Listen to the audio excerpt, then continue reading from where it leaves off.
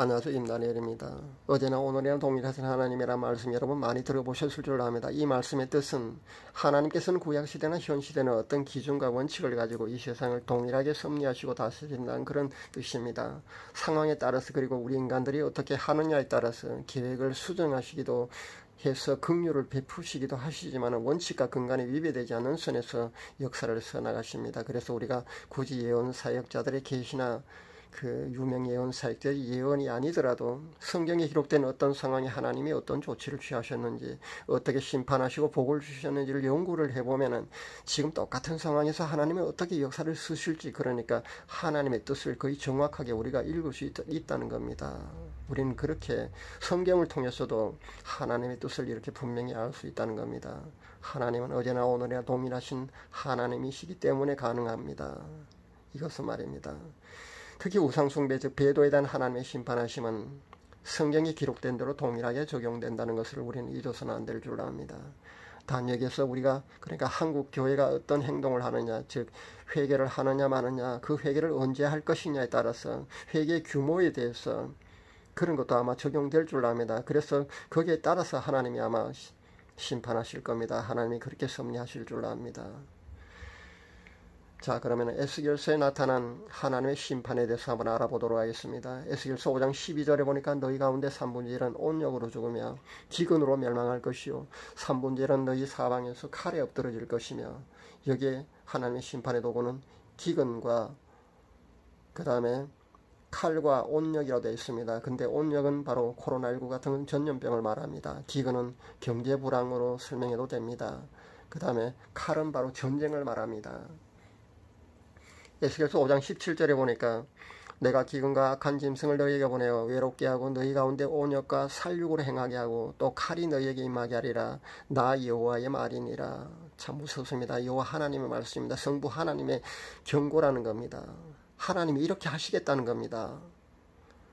여기 보면은 아까 앞구절에 나온 것 말고 아마 한 가지 더 도구가 더 쓰여져 있죠. 살육이라고 나와 있는데 다른 번역의 성경에 보면은 유혈사태라고 번역된 것도 있습니다. 유혈사태. 그러니까 전쟁이 아닌 어떤 피 흘림을 말합니다. 그것도 바로 하나님의 심판의 도구라는 겁니다.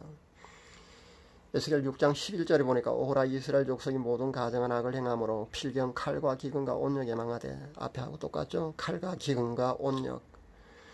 에스겔 13장 13절에 보니까 내가 분노하여 폭풍으로 열파하고 내가 진노하여 폭우를 내리고 분노하여 큰 우박 덩어리로 괴멸하리라.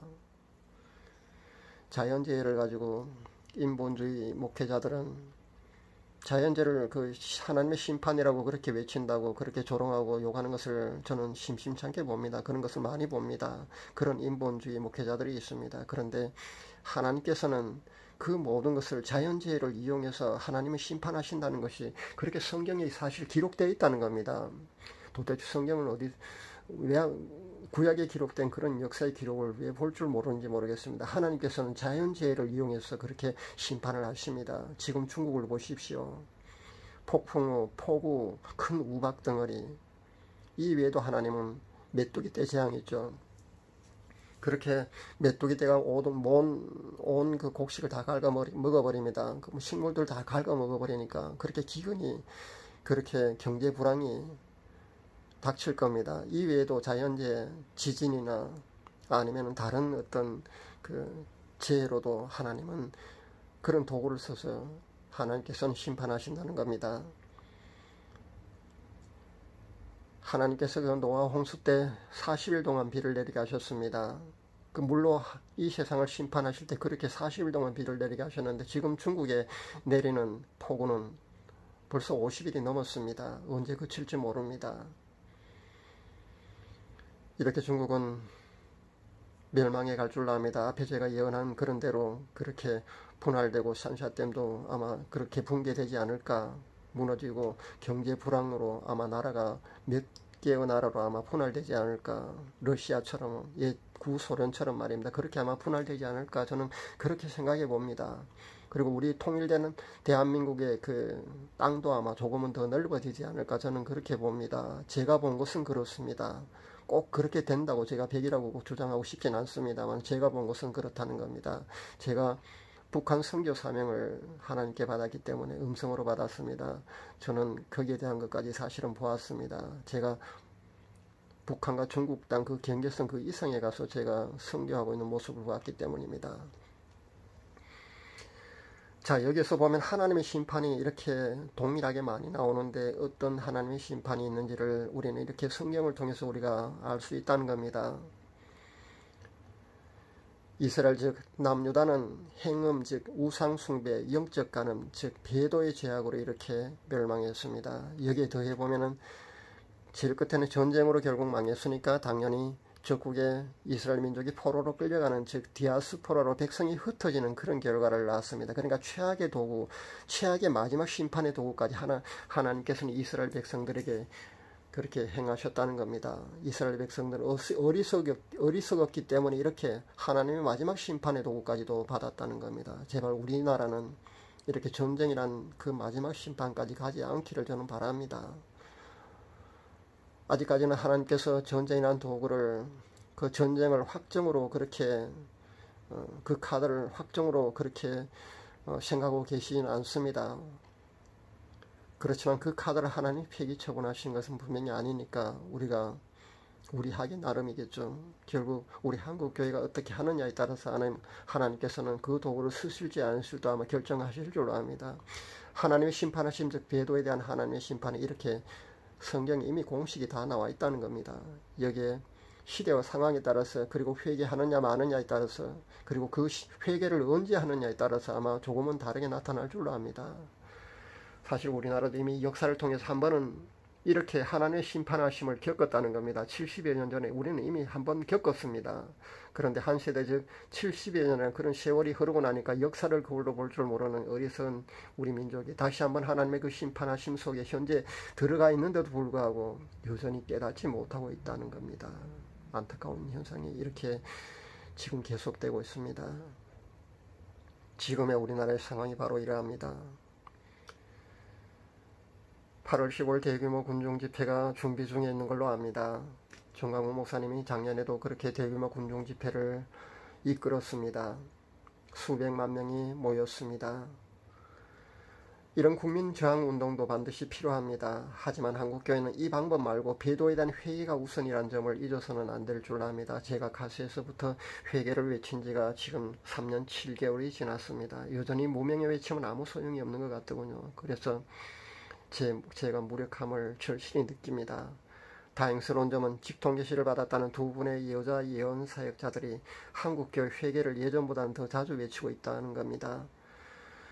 저보다는 분명히 효과가 있을 줄 압니다. 그들은 수천 수만 명의 구독자가 그들의 메시지를 듣고 있으니까 그들이 한국교회 회개 외침을 그 외침은 저보다는 아마 분명히 효과가 있을 줄 압니다.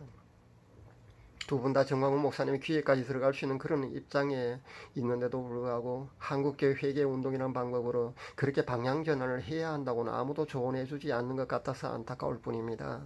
이 모든 것 그러니까 한국교회 배도에 대한 회개운동이 일어나지 않는 것도 어떻게 보면 끝까지 결국 갈 수밖에 없는 것이 바로 하나님의 뜻이 아니겠는가 하는 그런 약한 생각이 자꾸만 저를 슬프게 합니다. 현재 우리나라의 상황은 점점 더 악화일로로 치닫고 있습니다. 경제 상황을 보십시오. 제가 기근에 대한 예언은 2018년 12월 3일 제 카set에서 발표했습니다. 저는 그렇게 보았습니다. 많은 사람들이 줄지어서 어떤 곳으로 음식 먹는 그런 공간으로 향하고 있더라고요. 저도 그 대열에 합류해서 따라가 보았습니다. 많은 사람들이 식탁에 앉아서 닭백숙 비슷한 것을 뜯어먹고 있었습니다. 저도 그것이 무엇인가 궁금하는 순간 그것이 클로즈업 되어서 보였습니다. 근데 그것은 닭백숙이 아니고 갓난 어린아이를 삶아서 삶아놓은 것을 뜯어먹고 있더라는 겁니다. 저는 그 광경을 보고 이것은 기근이다. 이것은 바로 경제 불황을 말한다고 저는 그때 그렇게 제가 해석을 하고 발표를 했습니다. 제가 발표한 지 4개월 뒤에 어떤 여자 예언사역자가 유튜브를 통해서 발표하는 것을 보았습니다. 그러니까 제가 우리나라의 대한민국의 그 경제 불황 기근, 경제 불황에 대한 그 예언은 제가 처음으로 아마 한 것으로 압니다. 언제 했느냐 하면은 2018년 12월 3일에 제가 그렇게 발표했습니다. 지금의 상황이 한 1년 6개월 그러니까 한 2년 전보다 더 나은 것 같습니까? 점점 더 악화일로로 치닫고 있지 않습니까? 코로나19 전염병 때문에 지금 경제 상황 이런 걸로 착각하지 마시기 바랍니다. 그 전에 이미 우리나라 경제 상황은 이미 회복불능 상태에 빠져 있었다는 겁니다. 정치 상황은 어떻습니까? 4.15 총선 그 부정선거가 밝힐 기미가 보입니까? 부정선거의 어떤 증거들은 차고 넘칩니다만 그게 밝혀지기 어려울 거라고 제가 앞서서 몇 달 전에 제가 그렇게 벌써 말씀을 드렸습니다. 지금도 똑같은 입장입니다. 아마 그것이 밝혀지기 어려울 줄 압니다. 그것을 필사적으로 대법원조차 모든 단체가 그렇게 기관들이 선관위부터 그것을 막을 겁니다. 그래서 그것을 부정선거가 확실히 맞지만 밝혀지기가 매우 어려울 줄로 압니다. 현재 우리나라의 상황은 점점 더 이렇게 악화일로로 치닫고 있습니다. 그 당시 이스라엘 우매한 선지자국, 그러니까 예언 사역자들에게 하는 하나님의 경고가 에스겔서 13장에 잘 나와 있습니다. 자신이 예언 사역자라고 그렇게 자처한 사람들은 하나님의 경고하심을 듣고 자신의 역할을 제대로 할 수 있기를 바랍니다. 이 사람이 어떻다 저 사람이 어떻다 목회자나 선교사를 그렇게 판단하는 그런 메시지를 그만 내보내시고 그런 말씀은 그만 전하시고 이제부터라도 한국교회 회개에 대한 외침을 전할 수 있기를 바랍니다. 그것이 우리 대한민국이 살고 우리 한국교회가 살 수 있는 유일한 방법이라는 것을 잊어서는 안 되겠습니다. 예언사역자들은 자신에게 주어진 하나님의 그 예언사역의 본분의 뜻을, 원래 뜻을, 그 본분을 제대로 잘 감당할 수 있어야 될 줄 압니다. 또 제사장 즉 지금의 목회자들에게 하는 하나님의 경고가 에스겔서 22장 23절에서 31절에 나와 있으니까 지금이라도 우리 대한민국에 있는 30만 명의 목회자들은, 목사님들은 깨어날 수 있어야겠습니다. 그래서 한국교회를 회개로 이끌어 주셔야 됩니다. 그래야만 우리 한국교회가 살고 우리 대한민국이 살아날 수 있다는 겁니다. 아까도 말씀드렸습니다. 일부 목회자들은 인본주의 그런 목회자들 중에는 기근이나 전염병 같은 것을 두고 목회자가 하나님의 심판을 운운하면서 겁을 준다면서, 성도들에게 겁을 준다면서 그것이 아니라고 그렇게 조롱하면서 비판하고 있는 것을 저는 여러 번 봅니다. 그러나 그 인본주의자, 그 헤아림, 그 똑똑한 머리로, 그 헤아림은, 그 잘난 머리로 그렇게 헤아리고 하는 것은 나중에 하나님의 책망을 받을 준비를 하셔야 될 줄 압니다. 저도 물론 코로나19 전염병이 하나님의 심판하심, 그 섭리하심 속에 있는 것임은 제가 인정합니다만은 그 코로나19 전염병이 중국 우한에서 자연 발생적으로 그렇게 발생했다고 보지는 않습니다. 그것은 분명히 과학자들이 실험실에서 조합하고 그렇게 배양하고 그렇게 만들었다는 겁니다. 그런데 그것을 악한 집단이 어떤 사악한 목적에 의해서 지금 이런 지경까지, 지금 이 지경까지 오게 되었다고 저는 그것을 분명히 인정합니다. 제가 허황한 미신 비슷하게 그렇게 믿고 있어서 그것을 하나님의 심판이라고 그렇게 말씀하는 게 아니라는 겁니다. 그렇지만은 하나님께서 이 역사를 서가시고 그렇게 섭리하시는, 통치하는 방식이 그렇다는 것을 여러분 모르셔서 아마 그렇게 아마 심판을 원하는 그런 목회자들에게 조롱하고 아마 그렇게 욕을 할 줄 압니다. 저도 안타깝지만 그것도 분명히 잘 알고 있습니다. 하나님께서는요, 그 모든 것을 허용하고 용납하시는, 그래서 이 세상을 그분의 방식대로 섭리하시고 통치하시는 분이 바로 하나님이시라는 것을 여러분 아셔야 합니다. 욥기만 읽어봐도 하나님이 의인인 욥을 시험할 때 사탄이라는 악한 도구까지 사용하시지 않습니까?